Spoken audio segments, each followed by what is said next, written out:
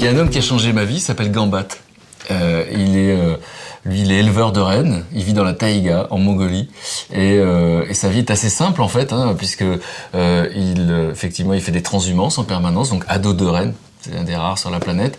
Il passe son temps à changer d'habitat, donc il a une petite tente comme ça, il transporte pas grand chose. Et un jour comme ça, il m'a pris presque par le col de manière virtuelle, parce qu'il me dit alors on n'est pas bien là? Et on était en train de faire un feu, on venait de faire partir les loups qui pouvaient manger ces rennes. Et donc c'était évidemment pas banal. Et quand il me parle à moi, je me suis rendu compte qu'il parlait à tous mes amis, qu'il parlait à tous ceux que je connaissais dans le monde occidental. Il parlait pas qu'à moi en fait. Et il me dit alors on n'est pas bien là? De quoi on a besoin? Waouh, sacrée question. Et il me dit mais c'est ça le bonheur. Regarde, on est là, on profite de l'instant présent. Et là, physiquement, il a son langage corporel, comme ça, il s'allonge par terre.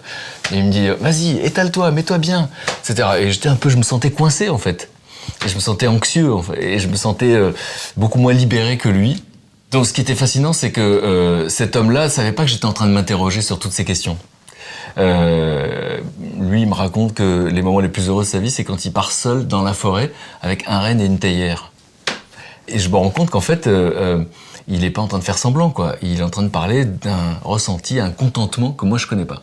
Assez rapidement, j'ai fait l'expérience de ce qu'il racontait. C'est-à-dire que j'ai été seul, parce que j'avais beaucoup voyagé, mais pas seul. J'ai été seul, dormir dans la nature, et comme il le faisait lui, en fait.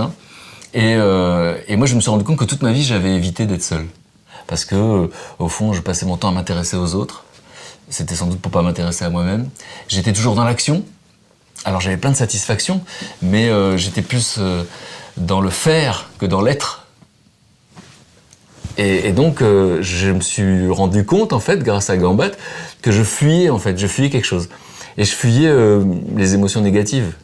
C'est-à-dire qu'au fond, comme nous tous, j'avais peur, je sais pas, si j'étais seul, je pense, je le dis maintenant, parce que maintenant j'adore ça, mais je le dis rétrospectivement, je pense que j'avais peur en étant seul, je sais pas, d'être submergé par une tristesse, des émotions du passé, par des peurs.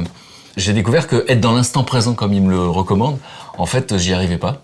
Et puis j'ai découvert même, grâce à des neurologues, que c'est pas très naturel pour nous les humains d'être dans l'instant présent. En fait, notre cerveau, notre cortex préfrontal passe son temps à organiser les choses, etc. On a je sais plus combien de pensées à la minute. Et donc j'ai suivi un entraînement intensif. Alors au début ça se présentait comme un truc anti-stress, ça tombait bien, moi j'étais quelqu'un de très anxieux, qui avait du mal à apprécier l'instant présent parce qu'il passait son temps à penser aux soucis d'après. Et puis en fait, ce qu'on m'avait pas annoncé tout de suite, c'est que c'était de la méditation.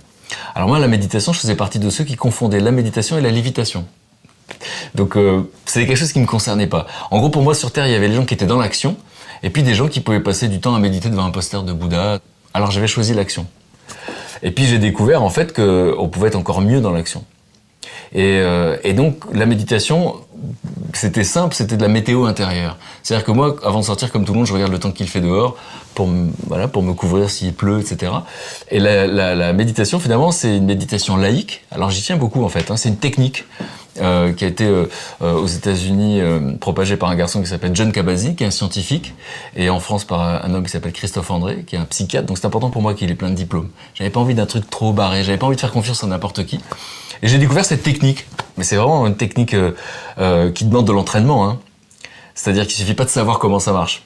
Moi j'ai plein de potes qui ont des abdos incroyables, ils m'expliquent comment ça marche, et j'ai beau savoir, j'ai pas les abdos.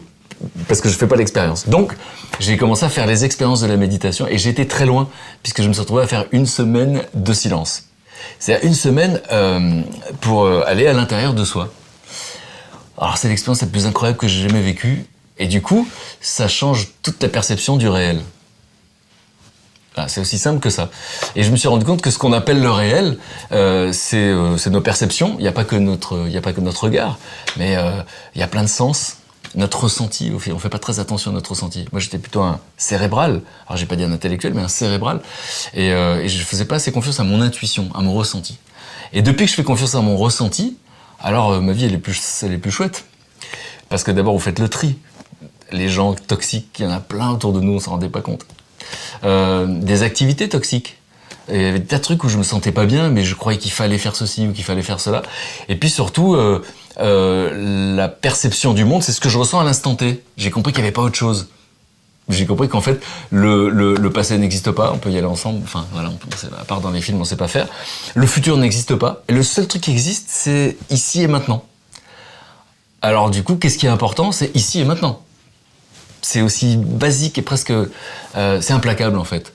Et donc du coup, j'ai vécu cet entraînement à être dans l'ici et maintenant. En fait, je me suis rendu compte qu'avant, je passais mon temps à fuir mes émotions négatives, alors par tous les moyens, hein, boire un coup, faire la fête, aller au cinéma, etc. Alors que là, j'avais plus envie de les fuir, j'avais envie juste de les observer. Parce qu'en fait, les chercheurs ont expliqué que quand on observe une émotion, c'est comme, ça s'appelle la diffusion. C'est presque à la désactive. Observer ce qu'on ressent, et pas le fuir. Donc ça, pour moi, ça a été extraordinaire. Ça apprend tout simplement à se recentrer, à savoir qui on est, et un peu plus, évidemment, c'est un chemin. Et puis ça apprend surtout à faire... Moi, ça m'a appris à faire attention à mes besoins. C'est-à-dire, c'est quoi mes vrais besoins? En fait, on se rend compte qu'ils sont pas énormes. C'est pas énorme. Et cette méditation vous promet pas le bonheur ni la fin de la souffrance. La méditation laïque que j'ai découvert, moi, ça m'a promis juste l'idée que quand ça allait pas bien, je devais observer ce que je ressentais. C'est tout.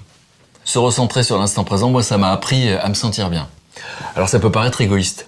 Et puis, les chercheurs m'ont expliqué un truc incroyable. Vous savez, quand on prend l'avion, moi j'avais été choqué la première fois que j'ai pris l'avion, j'avais 20 ans, parce qu'on nous dit, en cas de dépressurisation, eh bien, les masques à oxygène vont tomber. Et la consigne qu'on nous donne, c'est vous d'abord, avant d'aider qui que ce soit. Et je me souviens, la première fois que j'ai entendu ça, je dis, ah bah super, moi d'abord, les autres, on s'en fout. Mais c'est une métaphore sur la vie. Comment vous voulez aider les autres si vous n'allez pas bien? Donc je me suis senti moins coupable de m'occuper de moi.